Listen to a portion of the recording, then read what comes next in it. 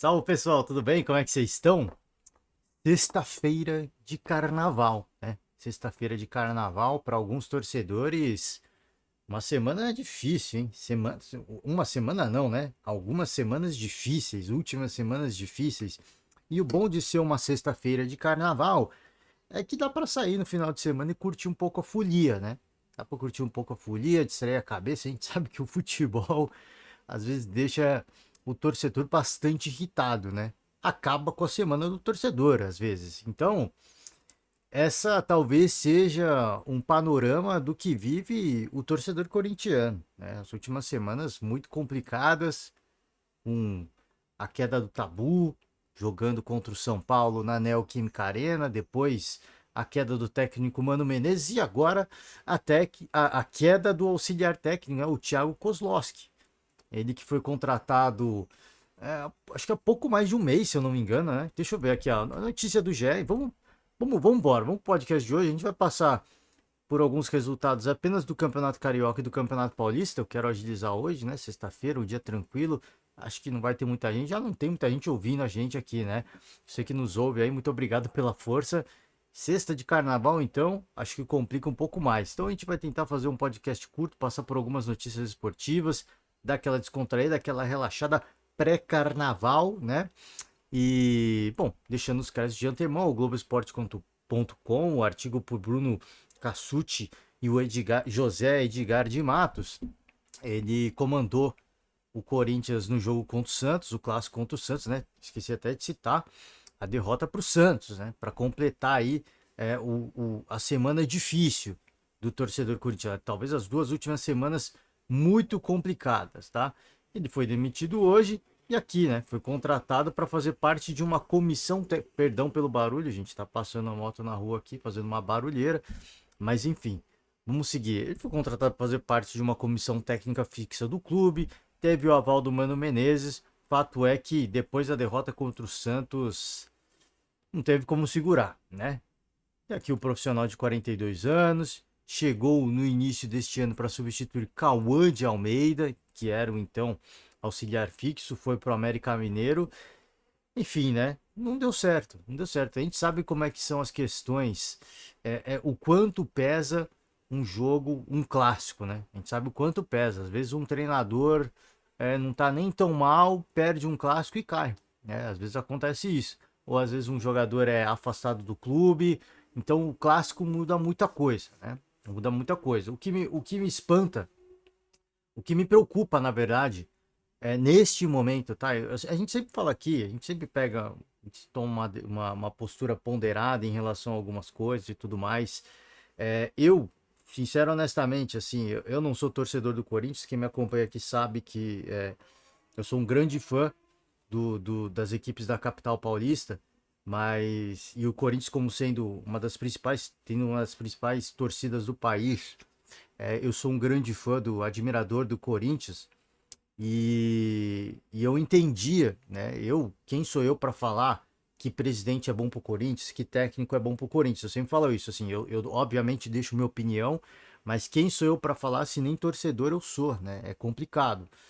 Mas o fim, né, da era ali do grupo político, o fim não, o grupo político do André Sanches continua lá, mas a não continuidade, né, de um candidato, de um presidente alinhado a esse grupo político dentro do Corinthians, para mim foi algo que me deixou bastante animado, né? Quando chega um novo presidente, a gente fica o Augusto Mello, a gente ficou naquela expectativa relativamente alta de que muita coisa não, a gente sabe que não dá para mudar nada assim, do dia para noite, muita coisa a gente sabe que leva tempo, ainda mais o mandato começando no início dessa temporada, então, mas assim, em termos de condução, né, de como o futebol do Corinthians ia ser conduzido, eu tinha muita esperança, muita expectativa, até porque é, anuncia novo patrocinador master, né? Fala que muita grana vai entrar e tudo mais. Parecia que muita coisa ia mudar, só que eu já começo a ficar muito reticente em relação a, a- ao que realmente vai mudar. Não que eu acho que o Augusto Melo vai ser um presidente ruim, não é esse o ponto. Até porque com um ano de mandato não dá pra gente dizer muita coisa. Mas quando se inicia a temporada e começa o planejamento para a temporada, nova gestão, a gente sabe que se herda muita coisa da gestão passada e da temporada passada, mas o que eu imaginei, né? Pelo menos se a gente pensar em relação aos profissionais que lá estavam, a gente já fala da queda do Mano Menezes de um auxiliar fixo, que é o Thiago Kozlowski. Então, o quanto que realmente mudou, né? O quanto que o planejamento de futebol do Corinthians está funcionando. Isso é algo que, para mim, eu fico olhando de longe. Assim, eu não sei o quanto de multa rescisória vai ter que ser paga aqui, vai ter que ser paga ali, da onde vai sair esse dinheiro, se já entrou dinheiro do patrocinador master e tudo mais. Isso aqui é coisa para gestão, né? E para o torcedor. O torcedor tem que ir lá e cobrar o que está sendo feito. Agora, pensando assim, no planejamento de futebol, a temporada se inicia, estamos no início de fevereiro e já caiu o treinador e um auxiliar técnico, que é o auxiliar fixo.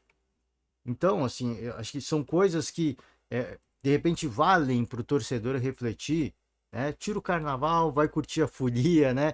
Esfria a cabeça, mas quando voltar da folia, aquela coisa, cara, poxa, viu um novo presidente, muita gente talvez não gostou, mas eu tenho certeza que muitas, tantas outras pessoas gostaram dessa mudança. Pô, uma mudança agora é preciso, era necessário, muita coisa vai mudar, e até agora a gente tem visto mais do mesmo. Eu sempre tomo aquele cuidado, né? Muita coisa é herdado. O Augusto Melo herda muita coisa da gestão do Ilho. Isso é inegável, né? Não tem como ele mudar tudo em um mês. Mas em termos, eu tô falando assim, em termos de planejamento de futebol. O que é planejamento de futebol? O Mano Menezes é o cara que a gente quer. Então a gente vai seguir com ele. É o Campeonato Paulista, gente, né? Ah, mas tá na zona do rebaixamento. Mas é o Campeonato Paulista. 2, 3 vitórias, a gente já sai dessa situação difícil, né? Então, o quanto que esse planejamento existe, o torcedor vai cobrar e o torcedor faz o seu papel. Todo torcedor é maluco, né? Se a gente parar para pensar na cidade de São Paulo, né? Se a gente inclui o estado, né? Tem grandes forças, mas a capital paulista, a cidade de São Paulo, tem três grandes forças, né? O Palmeiras, o São Paulo e o Corinthians, né? E, e eu falei especificamente nessa ordem, não em tom de provocação, mas assim, na situação que as equipes se encontram hoje, em termos de organização do futebol. O Palmeiras é disparadamente a equipe mais organizada da capital paulista, né? Em relação às finanças, o planejamento de futebol, como se encontra a estrutura do CT, a base. Hoje o São Paulo vem na sequência e o Corinthians aparentemente, tá, gente? Eu não sei, mas aparentemente está atrás dessas duas equipes. Ah, mas o São Paulo deu uma cagada, né? Que contratou o Carpini e tudo mais. Não dá para saber se foi cagada. O quanto que os caras estudaram. Ali, por trás dos bastidores, tem um baita profissional, que é o Muricy Ramalho. O Muricy deve ter olhado as credenciais, deve ter acompanhado de perto e falou: esse cara tem um perfil. Se ele vai ter a pegada de conduzir um time profissional, isso é outra história, mas ele tem o perfil, né? Então, eu muito me pergunto se esse tipo de atividade está acontecendo. Porque muita gente fala assim: pô, o Abel Ferreira caiu meio que de balão, né? Foi uma cagada que deu o Palmeiras. Pode até ter sido. Pode até ter sido. Muita gente fala assim, pô, Flamengo com o Jorge Jesus, o Palmeiras tentou um português. Eu acredito que também aconteceu isso. Mas o próprio Abel Ferreira fala que antes de ser contratado, ele passou por várias entrevistas para ser contratado. Então os caras perguntaram muita coisa em relação ao trabalho dele. Se depois pode vir alguns anos e falar, não, ele ia ser contratado de um jeito ou de outro, isso não mudou nada. Mas houve esse trabalho, né? Houve esse trabalho. Então, o que eu me pergunto, e eu acho que o torcedor corintiano, antes de mais nada, curte a folia, né, para esfriar um pouco a cabeça, mas se perguntar isso, o que está sendo feito em relação ao trabalho, o planejamento de futebol? O que os caras querem para o futebol do Corinthians? Né? Porque até então, o novo treinador, quem vai ser o novo treinador? Aparentemente, né? Aparentemente, tá sendo, o Corinthians está sondando o Antônio Oliveira. A gente falou isso já há 2 dias do Antônio Oliveira, né? Em questão de 2 dias não aconteceu nada. A gente não teve nenhuma novidade em relação a essa negociação. Então, esse é o cara que o Corinthians de fato quer? O Corinthians está de fato negociando com esse treinador? E esse treinador, ele está alinhado com as ideias que o Corinthians, que essa gestão corintiana preconiza? Acho que e vai muito além. Não adianta a gente falar do trabalho, pô, fez um bom trabalho no Cuiabá e tudo mais, porque, assim, não adianta a gente falar disso. Você contratar um técnico como o Antônio Oliveira, pode acontecer o efeito Carpini, chegar e já ganhar título. Ele pode chegar e já conquistar um Paulista com o Corinthians. Mas a gente tem que ter um entendimento de que tudo é exceção. O que o Carpini está fazendo hoje, o que ele está construindo hoje, é o que eu falei do Mano, é o que eu falei tava falando do Corinthians, né? Da gestão do Augusto Melo. Herda-se muita coisa da gestão anterior. O que o Carpini tá conseguindo conquistar hoje nesse início de temporada, óbvio que tem muita qualidade, tem muita competência, muita transpiração do profissional, mas ele herda muito do trabalho do Dorival Júnior. Um trabalho muito bem elaborado, muito bem executado e muito bem consolidado, eu diria, né? Iria além, muito bem consolidado. Então, à medida que os meses vão se passando e o Carpini vai ter que realmente pôr a mão dele no time, aí a gente vai ver, né, como é que as coisas vão caminhar. Mas nesse momento, até com o time vendo esse estado de graça, é difícil a gente ter uma noção, mas já mostra que é um cara diferente, né? Já mostra que é um cara diferente. Dá para o Corinthians seguir por essa mesma linha? O São Paulo arriscou. Como o São Paulo já arriscou com o Jardine, por exemplo. Como o São Paulo já arriscou com o Rogério Ceni. O São Paulo arrisca mais uma vez com o Carpini. Só que ele chegou conquistando o título. É outra pegada, né? Se a gente fala de Palmeiras também, o Palmeiras arriscou com o Abel Ferreira também. O cara que não tinha passagem pelo futebol sul-americano, passou pelo Sporting, né, de Portugal, se eu não me engano. Depois estava na Grécia. E aí ele veio pro Palmeiras. E chegou no Palmeiras, ganhou a Libertadores e tudo mais, chegou conquistando o título. Mas aí, assim, o quanto. Isso é exceção, gente, né? Isso é exceção. Eu acho um bom treinador. Fez um grande trabalho. Grande não, eu diria um excelente trabalho no Cuiabá. Fez um excelente trabalho no Cuiabá. Agora, assim, o quanto que é o treinador que o Corinthians precisa, né?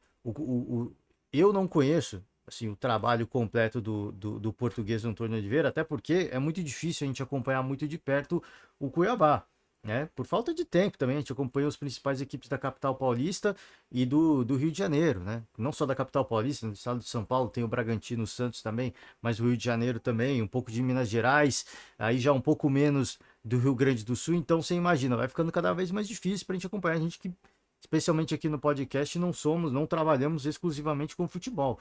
Então, eu acho que são essas questões, né?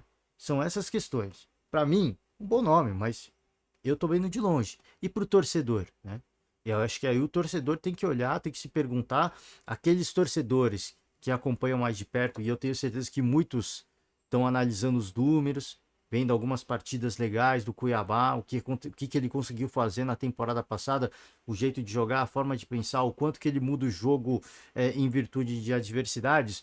Acho que tudo isso o corintiano tem que olhar, mas não só o torcedor, especialmente a diretoria de futebol, porque tem que ter convicção, né? Já mostrou que não tem convicção, na minha opinião. E isso para mim é um problema, porque quando chega o Augusto Melo, chegou, pelo menos eu digo pessoalmente, com muita expectativa. E agora já coloca os pés no chão e fico, cara, foi uma euforia. E na verdade, até agora o que a gente está vendo é mais do mesmo, o que é normal, porque ele tem um mês de mandato, ele herda uma gestão, né, que não foi legal. Pelo menos pensando no futebol, eu não sei financeiramente. Quando saiu o balancete financeiro do Corinthians referente à temporada do ano passado, aí a gente vai ver. Vai poder dizer se o Duílio fez um excelente trabalho de gestão. Mas na gestão do futebol, eu sempre disse aqui, achei o trabalho do Duílio muito ruim. Né? Muito ruim. Enfim, né? Enfim, o início do mandato Augusto Melo, para mim, já ficou algumas questões. Né? A gente já começa a colocar alguns parênteses para falar assim, pô, como é que é esse departamento de futebol? A gente já começa a ficar reticente com algumas coisas, tá? Vamos seguir? Vamos falar de algumas curiosidades, né? O Gustavo Lima decidiu investir no futebol, hein? Adquiriu 60% do Paranavaí, que é o clube do Paraná, disputa a segunda divisão do Paraná. Então tá aí, né? Se vai dar certo ou não, eu não sei. A gente sabe que tem alguns empresários, né, que investem no futebol. Espero que dê certo, né? Espero que dê certo. Espero que é, o clube siga na humildade, sem pressa, com investimentos baixos, mas com seriedade, mostrando que se executar um trabalho bem feito, dá para, né, dá para competir. A gente acabou de falar do Cuiabá, por exemplo, né? Tava falando do Antônio Oliveira, mas a gente, obviamente, fala um pouquinho de Cuiabá. Dá para bater de frente com os grandes. É difícil, né? É difícil, mas se fizer tudo certinho, por que não sonhar, né? Enfim, curiosidades, né? Você que é empresário e tem dinheiro para investir, agora começou a martelada aqui, começaram as obras. Eu vou pedir desculpas sobre o futebol internacional, né? O Klopp, né? Klopp que vai deixar o Liverpool, né? Já anunciou que vai deixar o Liverpool. Deixou aí a sua opinião sobre o tal do cartão azul, né? A gente não falou sobre isso aqui, então eu aproveito essa matéria até para falar sobre o que é o tal do cartão azul, né? Que as pessoas, o que é o cartão azul, né? Mas antes de mais nada, as palavras do Klopp, né? Você que ainda não sabe, não me parece uma ideia fantástica de imediato. Mas a verdade é que não consigo me lembrar que essas pessoas tiveram uma ideia fantástica. Se é que alguma vez tiveram uma, tá? Ele pega leve no começo e dá uma batidinha mais forte no final, né?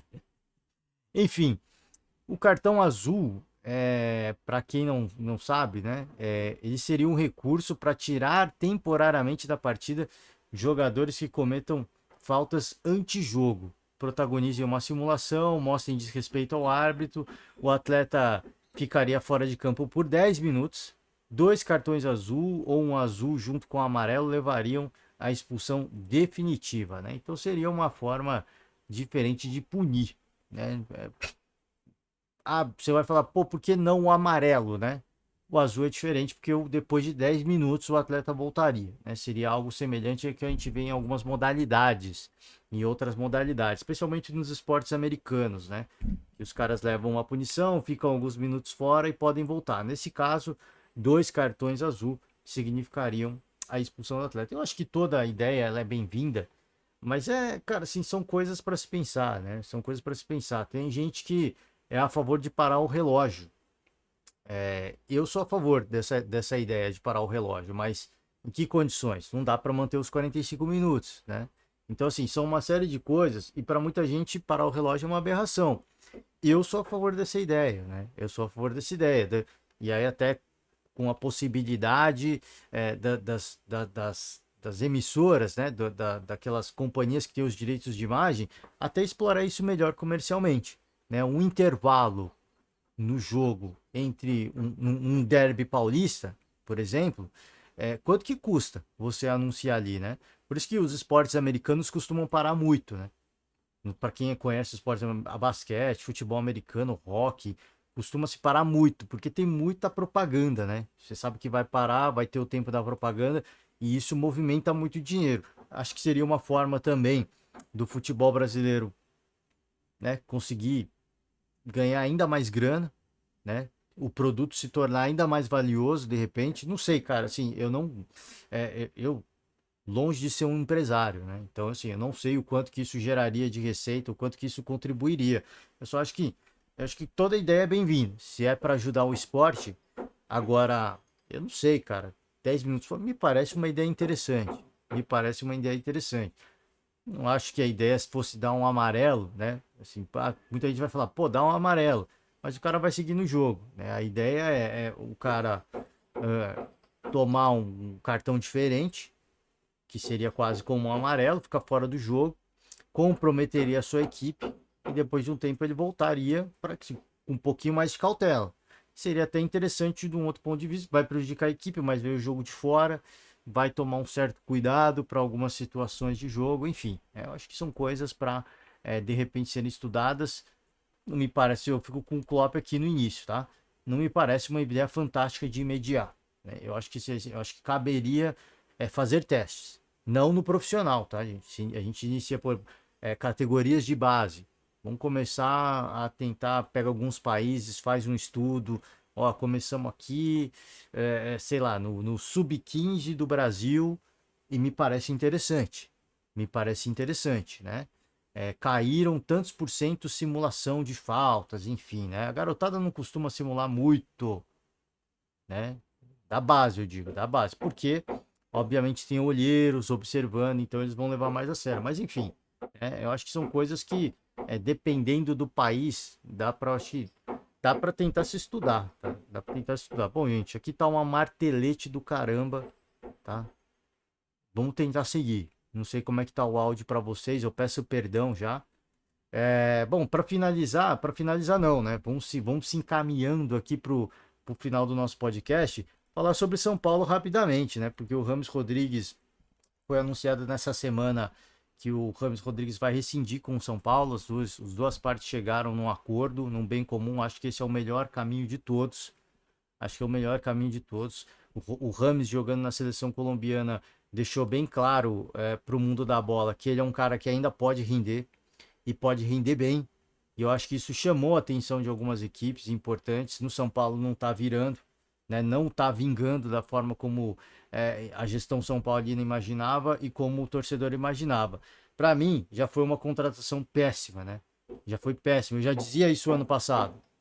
Quando o Rames Rodrigues chega, e aí ele chega com aquela de, pô, ele tava sem jogar, ele precisa ganhar condicionamento, aí passam, as semanas vão se passando, e o Dorival falando, calma, a gente tem que ter calma, tem que observar os números, a quantidade de carga, e sempre, semana após semana, os discursos eram os mesmos.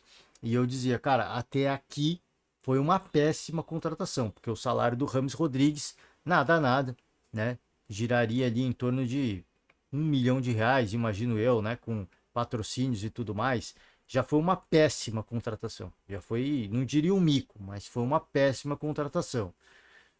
Enfim, né? Enfim, me parece que o São Paulo estava devendo algumas coisas para ele, o jogador ficou insatisfeito. Achei melhor, tá? Achei melhor. Os dois chegam a um acordo amigável. E aqui tem uma lista, né? A matéria do GE, pela redação do GE, tem uma lista de alguns nomes que frustraram muito o torcedor São Paulino. Sierra, né?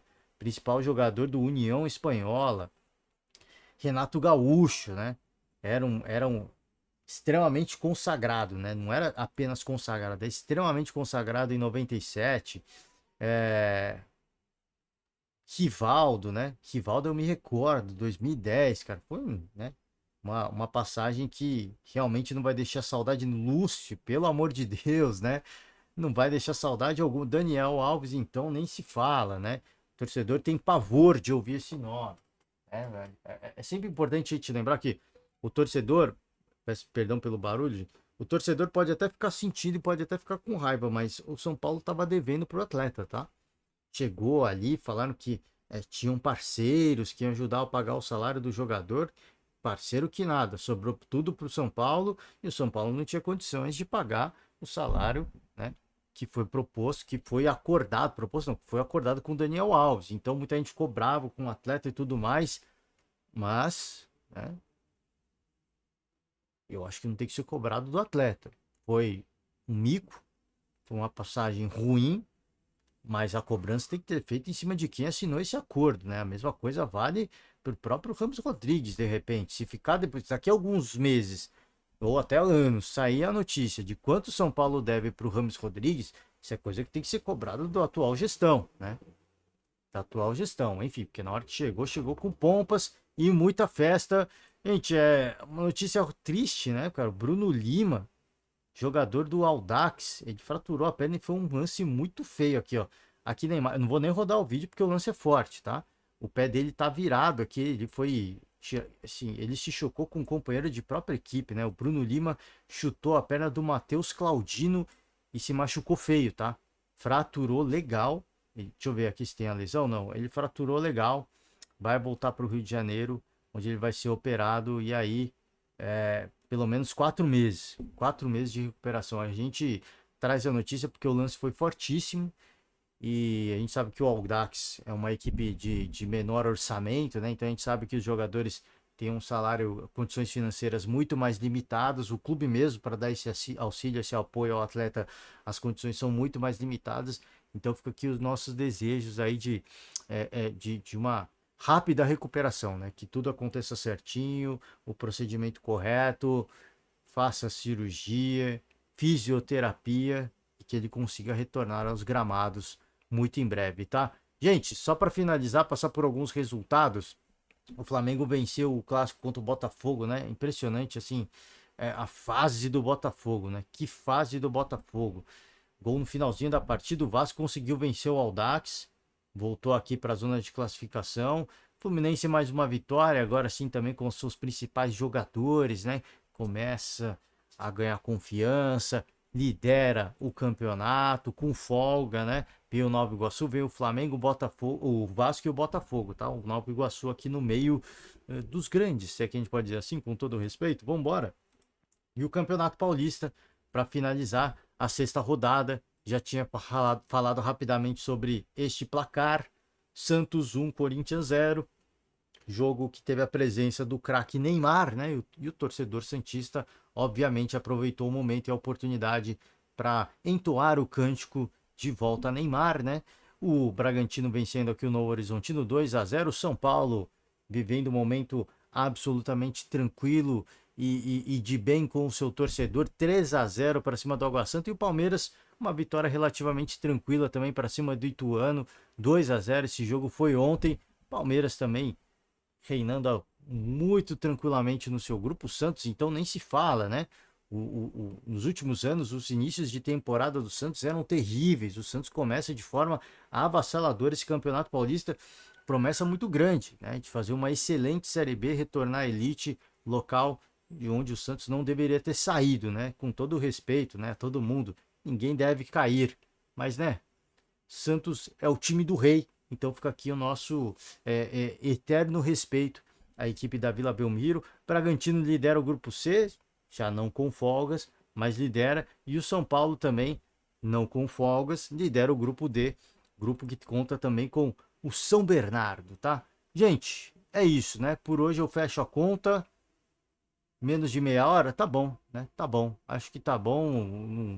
Não vou ouvir nenhuma coletiva hoje, dar um descanso pro ouvido de vocês. Bom, se vocês estiverem se arrumando para folia, para começar a trocar a roupa, tomar o seu banho, né?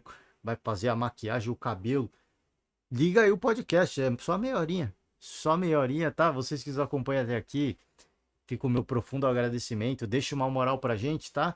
E é isso, gente, é isso. Sexta-feira, e mais do que sexta-feira, é sexta-feira de carnaval. Então, é aquela coisa, vamos aproveitar sempre com moderação, né? Sempre com moderação, porque a gente tem uma temporada toda pela frente, então com moderação, né? Conheçam, conheçam os seus limites, né? E aproveitem a folia com muito bom humor, tá certo, gente? Ó, muito obrigado demais. Não sei quando é que a gente grava de novo. Eu também sou filho de Deus, vou aproveitar um pouco o carnaval, então talvez no meio da semana que vem, não sei como é que vai ser, tá? A gente vai com calma, vamos avaliar, né? Vamos avaliar os números, né? Os dias, a quantidade de horas, até porque a gente tem que conciliar o trabalho também, a folia e tudo mais, os blocos. Vamos com calma, a gente vai tentar voltar. E é isso. Muito obrigado, um forte abraço, um ótimo final de semana e um excelente carnaval para todo mundo. Tchau.